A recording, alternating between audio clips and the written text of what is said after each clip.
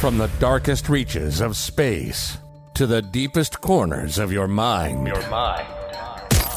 Welcome to From the Void.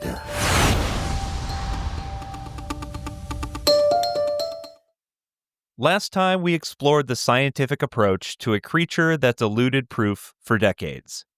But in part 2, the questions get tougher. What do the footprints really show? Why do so many credible sightings go ignored? And what would it mean if Bigfoot was real? This is part 2 of our special conversation with Dr. Jeffrey Meldrum. Stay sharp, stay skeptical, and keep listening. One interesting thing I definitely want to point out, too, is that in a lot of these cases where some of these vocalizations are recorded, where some of the footprints are, casts of footprints are made, aren't just in situations where it's, a heavily traveled area, where it's off a path. We're talking about, folks who are exploring, deep into the woods in areas where, like, most human beings don't go. So unless Shaquille O'Neal or, some hoaxer is just walking around behind them, Right, exactly. then the likelihood is pretty slim that somebody out there is faking them. And so, as you said, you're kind of left with, well, what else could it be? So talk a little bit also about the vocalizations, because I've heard folks kind of describe them as something akin to an ape. And especially when you're in the middle of the woods in the Northwest, obviously that's very out of place. That doesn't make a whole lot of sense. Yeah. Well, it's interesting. I actually do some, assessments for the Proof is Out There documentary series. And it's always kind of interesting because basically what they do, their format is they canvass the internet and they cull curiosities in the form of video or audio recordings. And so I'll get sent, they like to use the word tranche, this little subset of 5 or 6 videos or photographic images or audio recordings. And they're really good. And I get the ones that tend to be more gravitating towards a humanoid, whether it's Sasquatch-like or maybe potentially an extraterrestrial origin, which is always interesting. But also other interesting, zoological oddities. I found this weird-looking, spindly, skeletal remain of an appendage with a hand. And after doing just a little background research, my first reaction, I had a pretty good idea of what it was, especially given the sort of very stubby, humorous, and almost fused ulnar radius and the proportions of the digits. It was a sea turtle. It was a completely emaciated or, desiccated, not desiccated. What's the word I'm after? There's a word, I've lost it. But where all the flesh is gone and just the skeleton and some of the connective tissue. And there was some seaweed and whatnot growing on it. But vocalizations. So, I'm assessing things on the surface. You take into account a little bit the behavior, the response, the reaction of the witnesses. But there was one that it was a bear. It was clearly a bear. But it was in a place where there very rarely are bear. It was down near Pascagoula, Louisiana, I think it was. All of Louisiana has about 150 bear. Just, and that's bear end up being kind of an interesting barometer for the suitability of the habitat for a large omnivorous species. And neighboring Alabama only has 200 bear estimated. So it's very sparse. It's very developed, very, there on the southern part of Louisiana, there's at least 2 major freeways running parallel across there and quite a number of cities. And anyway, then in some more digging, and they had a sound expert, acoustic expert, listen to it, and it was a recording. It had the markings, hallmarks. So they had played a recording of a bear that was picked up with their iPhone camera, and then they kind of acted a little nervous and so forth, and tried to put this over, apparently, is what seems to be the case. So this is a good example where it was very straightforward to look at a sonogram and look at a bear and see the elements of typical bear vocalizations. Now, apes have quite a variety of vocalizations, not endless. It's not like they sing like birds or anything. They have hoots and grunts and growls and pants and so forth, as well as loud calls oftentimes, and especially those that are more solitary. Like the orangutan uses this, the male. It's not a real resounding banshee scream. It's kind of a guttural building up in crescendo staccato. But anyway, the point, it gives you a little sense of the variety. And the point that I wanted to slip in there was that there are correlations between the nature and quality of the vocalization and the social structure. So the solitary orang, the male, has this distinctive loud call, which almost certainly has infrasonic elements. The orangs have these extensive laryngeal air sacs, which I drew attention to in Sasquatch Legend Meets Science when discussing the possibility of infrasound playing a role. Sounds that are of such low frequency that the human ear really can't hear it, but it carries much further through dense forest cover. Instead of hearing it, you feel it. It's that kind of reverberating in your chest that you pick up on. Gorillas, it now has been demonstrated and reported in the literature, documented, do in fact produce infrasound. We had predicted this in my book. I predicted this based on body size and the presence of these extralaryngeal air sacs in the gorilla. It had never been documented, had never been recorded. Now it has. So Sasquatch Legend Meets Science 2 will feature some of that. But they use this to ward off challengers and vice versa. The challengers advertise, and based on the volume and the strength and the qualities of that production of infrasound, that's a gauge. The two potential combatants can kind of gauge themselves instead of assessing the size of each other's rack. They gauge their size and strength and maturity on the quality of the timbre and so forth of their vocalization. So when it comes to Sasquatch recordings, there is not just one size fits all type of a characterization. And we have examples of what could be taken as being these high-pitched screams.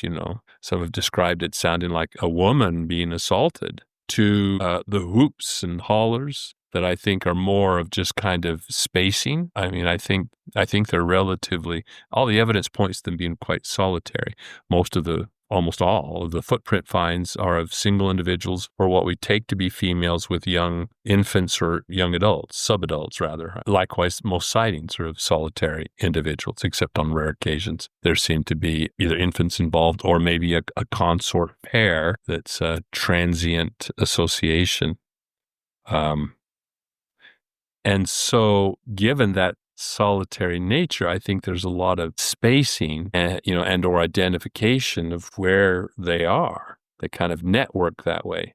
And then you get the suggestions of kind of what I would call proximate vocalizations, the chatter, the gibberish, the samurai talk, chatter and that kind of stuff that's attributed to them. The whistles, the chirps, the clucks, the different kinds of things which are also characteristic of ape vocalizations amongst themselves. But, until we've got a video image with sound, with audio of a Sasquatch actually vocalizing, we don't know for sure, except that it's just like with the hair. Typically, you would rely on an identification, a match, or the identification of a hair would rely on the matching of it to a known standard. Well, no one, credibly anyway, has walked up and plucked hairs off the back or the arm of a Sasquatch and documented that. So we don't have that standard. But when you have a hair, physical hair,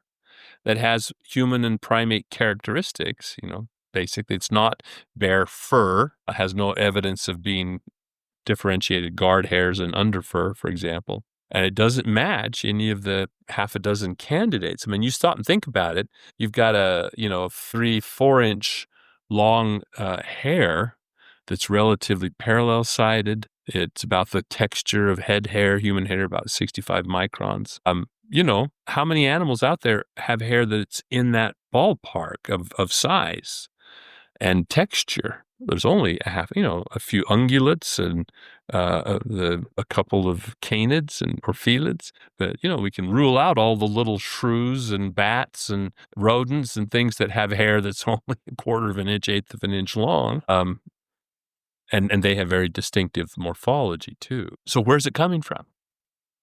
Yeah. Where is this hair? Something is, just like with Napier and the footprints, something is leaving these footprints. We could say something is shedding this hair, but what is it? I mean, the only other possibility is this misidentified human hair. And see, and this has been, because I assume then one of the next question will be about the DNA. This is the stumbling block, is because one of the characteristics that seems to differentiate this Sasquatch hair is the lack of a cellular medulla, which means that in the absence of a follicle, of a hair bulb that has actively dividing cells, and or a skin tag maybe where the hair has been, forcefully pulled out, and there's a little bit of epithelium or squamous cells there. There's precious little DNA remnant left in the hair shaft, which is just a cuticle and a cortex that's made out of keratin, which is a protein. So no cell nuclei or mitochondria in there. There may be some, and this is why we had one researcher, one molecular biologist who professed that his technique allowed him to carefully clean away any extraneous contaminating DNA from the surface and then digest the hair shaft, even these with in the absence of a cellular medulla, and get those very wisps of DNA of cellular fragments that might be still there, but it didn't quite pan out as we hoped, because if you only, we were talking about ape or humanoid or hominin. Let's keep it at that, hominin. If it's hominin, then it's more closely related to us than any other species on the planet. And you can see in the literature, depending on whether it's mitochondrial or nuclear and which gene, we're talking about 96 to 98% identical with human, which is amazing when you stop and think about it. It means we're 96 to 98% chimpanzee.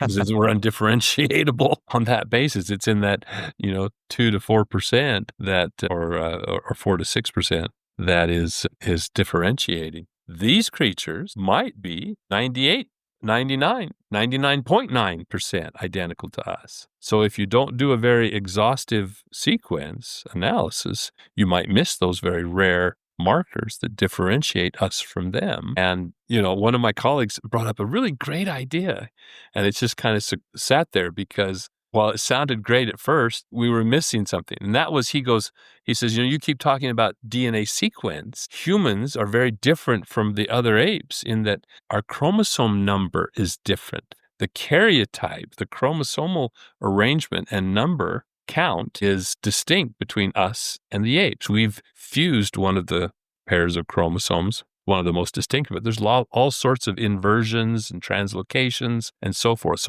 So it's not really fair to say that we only differ from chimps by 4 to 6%. Or whatever the number was, because those chromosomal rearrangements can have dramatic impact on the expression of the gene. And he said, what you need to do is do a karyotypic analysis. And I thought, well, yeah, hardly anyone does that anymore. You have to find a lab that still has the skill set to do that. But more importantly, the only way to do karyotypes is if you have a cell culture. If you've got cells that are actively growing and dividing, like an actively growing follicle, where you can capture a cell in the process just before it's going to divide, essentially, when all the chromatin, which is normally dispersed in the nucleus, has coalesced around the proteins and made these chromosomes that you can then stain. And so, but if we've got cells, we could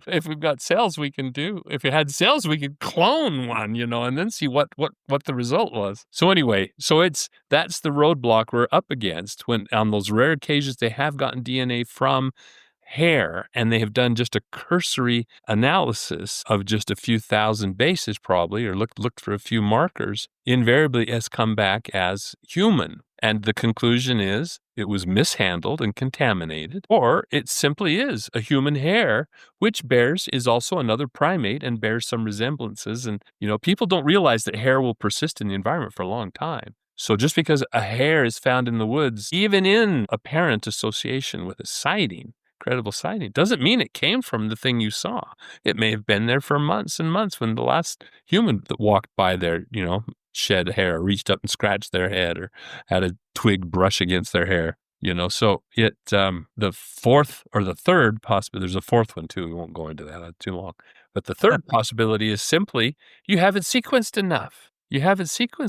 And so your little subsample just may not contain a distinctive enough marker that it will stand out when you compare it to the gene bank, the reported sequences for humans, and it will therefore match it in the database to the human sample. It's frustrating. I mean, it's going to take a lab or two and enough money because the labs are typically not willing to undertake this kind of risky research for fear of impugning their reputation and potentially jeopardizing their funding line. That's, the kiss of death. If you lose your funding, these labs are expensive to maintain and to staff, and they won't do anything to jeopardize that. Yeah, it seems that the more likely possibility here is that someone gets a really good picture or video, as you said, of one in action, and yet really the only ones that you see are sort of like from a really far distance, or they're blurry. We've got obviously the Patterson-Gimlin film is one of the most famous. Right.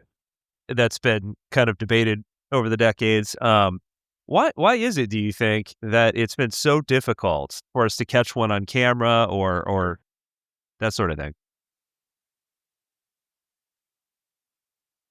The initial response is justifiably the rarity. These creatures just are not common at all. And that combined with their solitary behavior, they're just widely dispersed and far-ranging. And we talked about the density of bear population. My sort of approximation, I sometimes say rule of thumb, and I don't want to, it doesn't quite even rise to a rule of thumb, but a first approximation is a proportionality of about 200 black bear to 1 Sasquatch. So in Idaho, for example, we have an estimated 35,000 black bear, which is itself is something to ponder.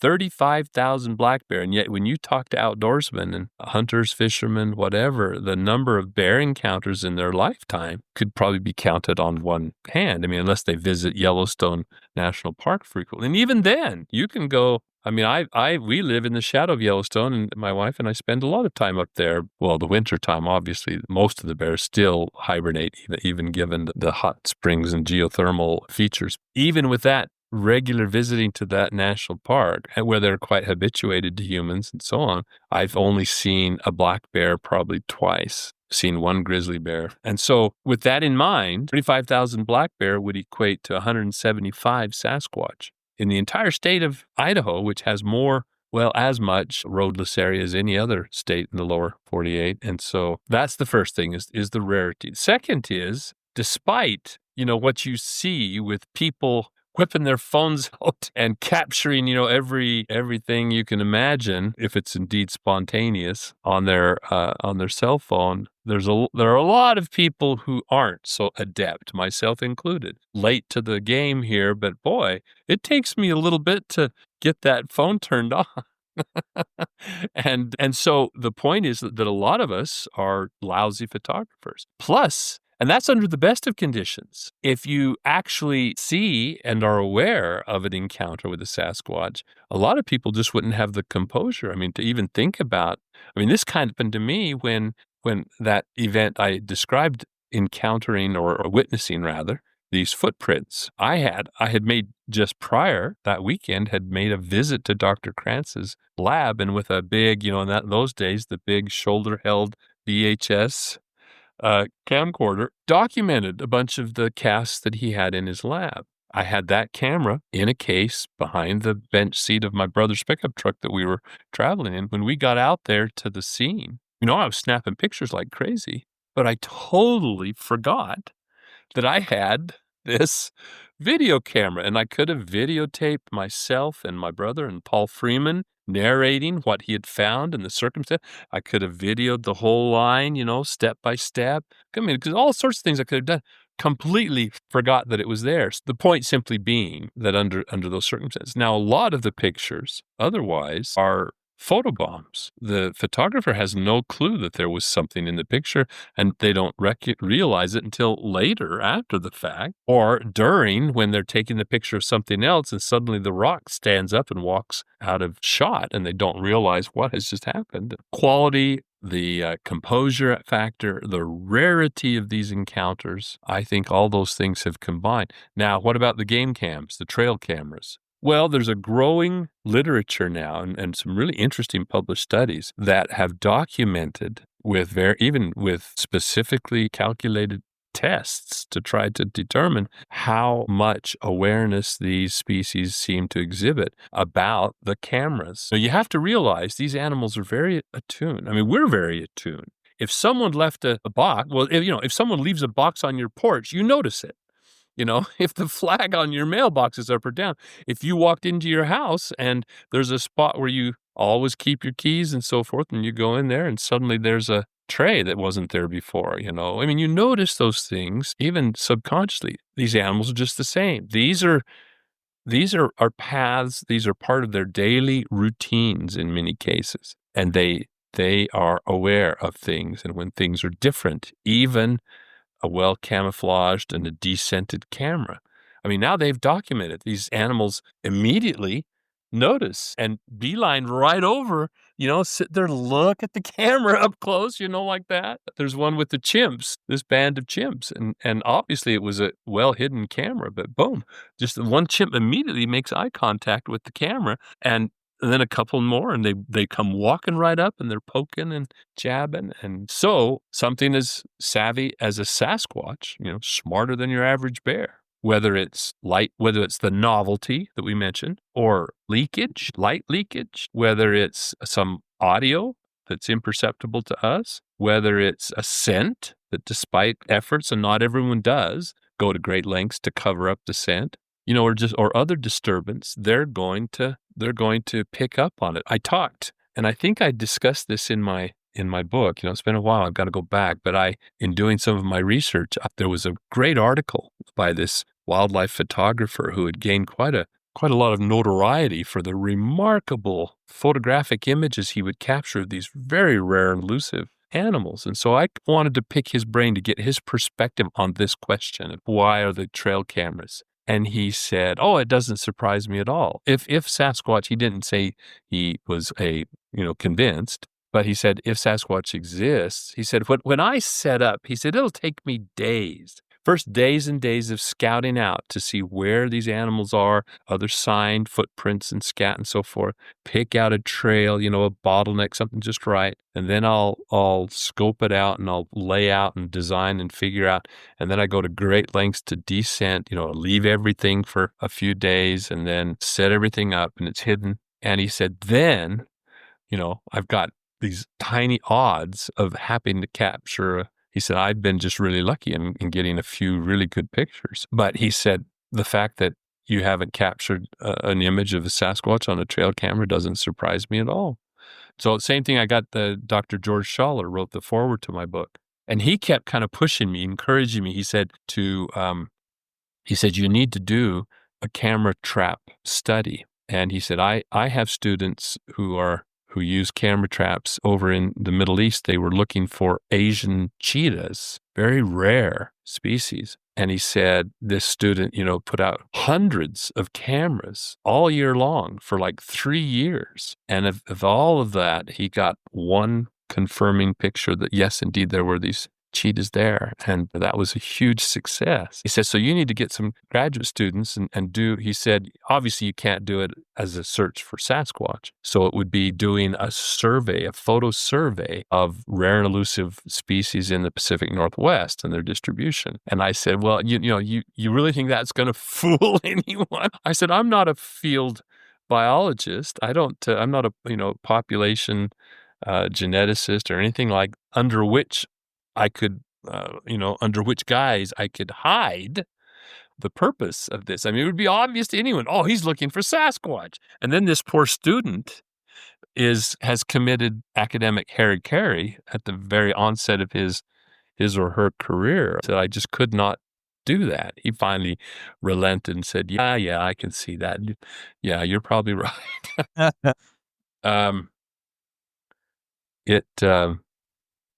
The other, and I don't mean to belabor this, but the other conversation that was interesting, worth mentioning, is Jim Halfpenny is a PhD wildlife biologist specialized in tracking and runs the School of Tracking up in Gardner, Montana, a naturalist's world, it's called. And he is, he's really the pinnacle of animal tracking here in the Western states, and if not the world, and amongst those, several handful, and widely published, widely renowned. And anyway, he pointed to a couple of studies that he was involved with where they did remarkable blanketing with trail cameras throughout the Pacific Northwest. They were looking for trying to establish the distribution of some of the rare and elusive animals like martens and fishers, wolverines, and so on. And so they had these cameras out there, and they got pictures on rare occasions and felt like they were getting a pretty good sample. But in all those thousands of pictures, he said, that were taken, not one picture of a Sasquatch. And yet they were sampling the habitat where we would argue that would be prime habitat for a Sasquatch. So, and I said, I know, but are you willing to equate the intelligence and the behavior of these animals with that of a large bipedal primate? And he said, there was a little bit of waffling on that, but still he thought that very comprehensive study should have produced, and that gave him a lot of pause. When it came to the footprints, though, he has a big display he's got probably one of the world's, if not the largest, the second largest collection of plaster casts of animal footprints, mammal and bird, and even quite a few reptiles too, from all over the world, from polar bears, to penguins. And right there on the bench top is a selection of Sasquatch footprints and 2 or 3 copies of my book. So he engages with people who come to the tracking school and has gotten some really interesting stories and a lot of very positive, affirmative feedback from people who have visited his facility, interacted with him, which is interesting and gratifying to hear. Yeah, it feels like, and I've mentioned this to guests before on other topics, but it feels like something as elusive as a Bigfoot potentially. It just feels like as we advance in technology, and the technology now is infinitely better than it was even 5 years ago. Right. That eventually it's going to advance to the extent where we'll be able to see through the trees and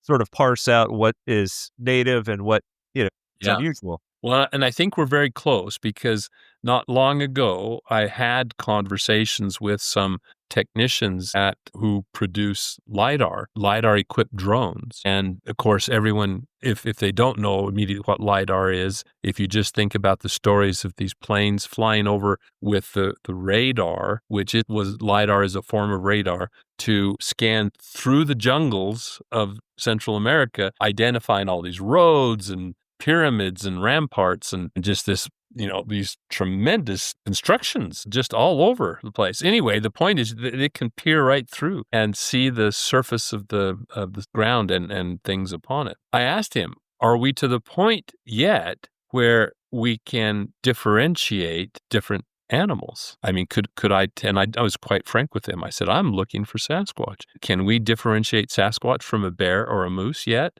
And he goes, not quite. He says, we're almost to that point of resolution where not only could you identify a living object, but also differentiate one type from another depending on its size and posture. So I'm crossing my fingers. I mean, I can't remember now when those conversations, it was at least a year and a half ago. There's been a lot of water under my bridge here of late because of some traumatic events. But I hope to see the time when we can put a drone up there and not be encumbered by that restrictive inability to penetrate the canopy with thermal, say, but with LiDAR, be able to do that and pick out those kinds of creatures. Populations or individuals, it'll be something. Absolutely. Well, yeah. This has been a fascinating conversation. I really appreciate you taking time out today to talk about it and share some of your expertise with my listeners. Sure. Yeah, we kind of all over the map, but I hope it was worthwhile. Absolutely. Before I let you go, is there somewhere that you'd like me to point people to stay up on top of what you're up to in your work? Well, I usually, any important announcements, I just put on my Facebook page, which is under my full name, Don Jeffrey Meldrum. Otherwise, new developments, new publications are published in the online journal I edit called the Relict Hominoid Inquiry, We're in our 13th year now, and it's a specialty with a journal with a narrow niche. So, but to 250 pages each year with research articles, in-depth essay-style book reviews, news and comments and editorials, and it's a very informative site. So I encourage people with quite a number of interesting articles and including things like that we'll be surprised to see, perhaps, English translations of foreign research papers, like Dr. Mary Jean Kaufman's, who's French-Russian, and so her French publications on her searches for the Almasti have been translated into English. Very interesting reading. Things like that turn out to be quite interesting and the only place you're going to find those things. So that's it. If you just Google the Relict Hominoid Inquiry or www.isu.edu/RA. Well, I'll make sure that is in the show notes. And again, thank you so much for your time today. It was a fascinating conversation. You've heard the facts. You've heard the questions. And now it's up to you. Is Bigfoot myth, misidentification, or something science has yet to catch up with? Huge thanks to Dr. Jeffrey Meldrum for taking us beyond the fringe and into the forest. And as a reminder, bonus episodes are on the way as we build towards the second half of the season and the mysteries of fall.